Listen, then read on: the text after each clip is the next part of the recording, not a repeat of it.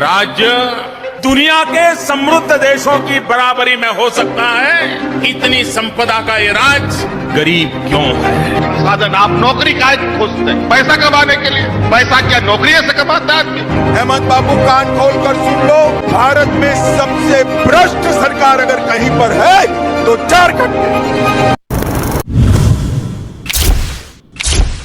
झारखंड का एक ऐसा स्टेट जहाँ के वाटरफॉल्स जैसे Hundru waterfall, Birsa zoological park, Rani Jheel, Jagannath temple, पथरालू valley, या तो हमारे जमशेदजी टाटा के स्थापित जमशेदपुर की बात करें जिसे स्टील सिटी ऑफ इंडिया कहा जाता है, जिसमें डालमा हिल्स, जुबली पार्क, ऐसे बहुत सारे जगह है। वही झारखंड इंडिया की दूसरी पूरेस्ट स्टेट है आफ्टर बिहार।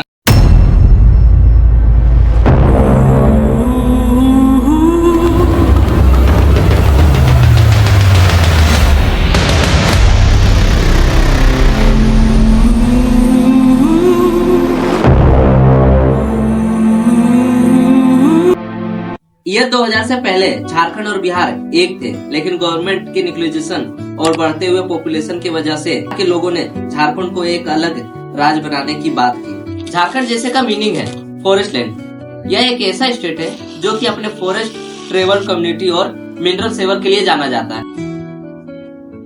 भारत के 40% मिनरल्स झारखंड में पाए जाते हैं। भारत में सबसे ज्यादा कोल प्रोडक्शन झारखंड में ही होता है। वही भारत की 20% आयरन और लगभग 18% कॉपर झारखंड में ही पाया जाता है। इन सब के अलावा uranium, bauxite, limestone, silver, granite, graphite, इसे 58 मिनरल्स झारखंड में पाए जाते हैं। दुख की बात तो ये है कि इन सब के होने के बाद भी झारखंड को one of the purest state माना जाता है। झारखंड को कोई नहीं जानता है। पहले झारखंड को कोई चिन्हे तो आज पबजी खेलते हैं। कहाँ से हो भाई? झारखंड से हो। कोई जान रहा है? समझे? कोई नहीं जान रहा है झारखंड को। झारखंड का नाम पहले होना चाहिए। स्टेट को rich state of poor state का भी टाइटल मिल चुका है। अब आप सोच रहे होंगे झारखंड में इतना कुछ है तो ये पुअर स्टेट कैसे हुआ? मैं आपको डिटेल में समझाता हूँ। नीति योग मल्टी डायमेंशनल पॉवर्टी इंडेक्स के रिपोर्ट के अकॉर्डिंग झारखंड की 40% ज्यादा पॉपुलेशन पॉवर्टी लाइन के नीचे है, लेकिन बिहार के बाद झारखंड दूसरे सबसे गरीब स्टेट माना जाता है। झारखंड की पर कैपिटल इनकम 92,000 पर ईयर है, जो नेशनल पर ईयर इनकम की ऑलमोस्ट हाफ है। झारखंड में 26% से भी ज्यादा ट्राइबल पॉपुलेशन है। पढ़ते हैं लेकिन इतना कष्ट में रहते हैं कि सुबह बनाए भात चोखा तो शाम में नीमक रोटी खा के सो रहे हैं। लेकिन इस पे कोई सोच सकता है क्या तिरपाल पर? पेंशन का क्या सिस्टम है आपका? आ रहा है पेंशन? पेंशन तो हम लोग का आ रहा है तो कहाँ मिल रहा है? टैलेंट का तो कमी नहीं, बस प्रदर्शन करने का मौका नहीं मिल रहा है। कोई हम सिंपल ग्रेजुएशन किए हैं, जेएसएससी सीजीएल का तैयारी करते करते जेपीएससी निकल जा रहा है, लेकिन एग्जाम जेएसएससी सीजीएल का हो नहीं पा रहा है। मेरे पिताजी 2003 में डेथ कर गए हैं। मेरा माँ घर में बस काम करती है और खेती बाड़ी, कोई घर में जॉब नहीं है। खेती बाड़ी करके और हमको पैसा देते हैं। अब आज हम 8 साल से रांची में हैं और ये दुर्दशा झेल रहे हैं कि 8 साल से मतलब मेरा जॉब नहीं हुआ। कोई सरकारी कोई व्यवस्था नहीं है, कोई भी नहीं है, न गाड़ी है, न स्कूल है, न पढ़ने के लिए कोई सुविधा भी नहीं है। जैसे तैसे बच्चा लोग रह जाता है। जब से झारखंड स्टेट स्थापित हुआ है तब से यहाँ का पॉलिटिक्स स्टेबिलिटी अच्छा नहीं रहा है। 24 ईयर में झारखंड में 12 सीएम बदल चुके हैं, जो कि यहाँ की सरकार एक पॉलिटिक्स स्टेबिलिटी को दिखाता है। पॉलिटिक्स स्टेबिलिटी की वजह से यहाँ कोई पॉलिसीज इम्प्लीमेंट नहीं हो पाई और तो और कई प्रोजेक्ट इनकम्प्लीट ही रह गए इस पॉलिटिक्स स्टेबिलिटी की वजह से। यहाँ का ग्रोथ भी बहुत स्लो हो रहा है और झारखंड का इकोनॉमिक ग्रोथ भी बहुत कम है। यहाँ बीजेपी, जेएमएम, कांग्रेस हर बार अपनी पार्टी बनाई है, फिर भी झारखंड गरीबी से जूझ रहा है।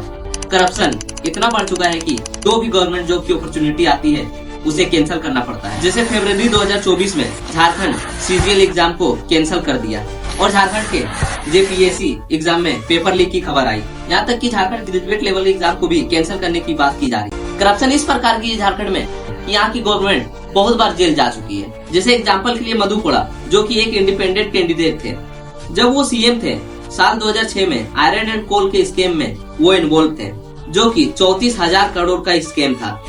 इसके बाद मधु कोड़ा को 3 साल की जेल और 25 लाख का फाइन देना पड़ा था। और हेमंत सोरेन पर भी लैंड स्कैम का केस लगा हुआ है, जिसके लिए उनको भी कुछ टाइम के लिए सीएम पोस्ट से रिजिग्नेशन देना पड़ा था। इतने सालों के करप्शन की वजह से झारखंड का ये हाल है कि यहाँ के एक नॉर्मल आदमी का 86,000 है, यानी कि एक आदमी मंथ के 7 से 8,000 भी नहीं कमा पा रहा है। झारखंड के पीछे रहने का सबसे बड़ा रीजन है डेफरेट इक्विलाइजेशन पॉलिसी। डेफरेट इक्विलाइजेशन पॉलिसी जिसे 1952 में भारत के पहले पीएम जवाहरलाल नेहरू ने लागू किया था। बट इस पॉलिसी ने झारखंड को एक बैकवर्ड स्टेट बना दिया है। आइए मैं आपको एक एग्जांपल के तौर पे समझ। मान लीजिए ए नाम का एक स्टेट है जिसमें कोई एक्स नाम का मिनरल पाया जाता है और वहां उस मिनरल्स को निकालने के लिए बहुत सारे माइंस हैं। आप सपोज करें एक दूसरा स्टेट है जिसे हम बी नाम देते हैं, तो इस स्टेट बी में बहुत सारे इंडस्ट्री है जहां इस मिनरल्स का यूज होने वाला है। तो जो भी स्टेट बी का मालिक होगा वो तो पहले मिनरल्स को स्टेट ए से स्टेट बी लेके जाएगा, तभी तो वो उस मिनरल्स को यूज कर पाएगा। मान लीजिए इस मिनरल्स को लाने का 100 रुपीज का ट्रांसपोर्टेशन चार्ज लगता है। अब जो भी इंडस्ट्री का मालिक होगा वो तो यही चाहेगा कि सारे इंडस्ट्री को उठा के स्टेट ए में ही लगा देते हैं, उससे उसका 100 रुपीज का ट्रांसपोर्टेशन चार्ज भी बच जाएगा। और पहले यही होता था, जहाँ पे नेचुरल रिसोर्सेज ज्यादा होते थे इंडस्ट्री वहीं आती थी और इस वजह से लोगों को एम्प्लॉयमेंट्स और वहाँ की इकोनॉमी भी बूस्ट होती थी। लेकिन 1992 में भारत सरकार को ऐसा लगा कि ये तो नाइंसाफी हो रही है, क्योंकि मिनरल्स तो वो स्टेट में अवेलेबल नहीं है, तो ये जो इंडस्ट्री की डिस्ट्रीब्यूशन है वो तो इक्वल कभी नहीं हो पाएगी। इससे क्या होगा कि जिस स्टेट में मिनरल्स है उस स्टेट की ग्रोथ बहुत तेजी से हो जाएगी, और जो स्टेट में मिनरल्स नहीं है उस स्टेट की ग्रोथ कभी नहीं हो पाएगी। तो इस चीज को रोकने के लिए 1992 में डेफरेट इक्विलाइजेशन पॉलिसी बनाया गया। इस पॉलिसी के अकॉर्डिंग वो जो 100 रुपया ट्रांसपोर्टेशन चार्ज लगता था उसे गवर्नमेंट सब्सिडी के रूप में देने लगी। इससे ट्रांसपोर्टेशन का लफड़ा ही खत्म हो गया। अब इंडस्ट्री के मालिक को लगा अब जब सरकार वहाँ ट्रांसपोर्टेशन चार्ज सब्सिडी के रूप में दे रही है तो वो अपना इंडस्ट्री को क्यों शिफ्ट करेंगे। और इस चीज की वजह से आज झारखंड बहुत ही बुरे दौर में गुजर रहा है। अच्छा पढ़ाई ना होना, अच्छा हॉस्पिटल ना, हमको अपना नाम नहीं पता। ये उसी समाज से बच्चा आता है जिस समाज की आज भारत के राष्ट्रपति हैं द्रौपदी मुर्मू, उसी समाज से ये बच्चा आता है। और ये देखिए आज ये बच्चा कहाँ पर बैठा हुआ है, किस परिस्थिति में ये पढ़ाई करता है। दरी पर बैठता है, अंदर क्लासरूम में नहीं बैठता क्योंकि पंखा नहीं है। भूखमरी, लैंड माफिया या झारखंड में रहने वाले उन लोगों की बात करें जो कि जहरीले गैस के बीच में रह रहे हैं। हम लोग का जिस टाइम होने वाला है उस टाइम पूरा गैस छोड़ देता है, पूरा लाल कट जाता है सर। उस टाइम हम लोग को कुछ कर नहीं पाते हैं, इसलिए हम लोग खेती पूरा डगमगा जाता है सर। या झारखंड के जादूपुरा की बात करें जहाँ पर यूरियन के रेडिएशन की वजह से बच्चे विकलांग पैदा होते हैं। हम लोग देश के लिए मर रहे हैं, अब बड़े अफसर लोग बोझ कर रहे हैं। आज झारखंड का जो हालत है वो आने वाले सालों में अगर ठीक नहीं हुआ तो झारखंड का नामो निशान मिट जाएगा। और जिसे भी ये वीडियो अच्छा लगा भाई सब्सक्राइब करके जाना, लाइक करना, और ये बात झारखंड की सरकार और पूरे इंडिया में फैलना चाहिए।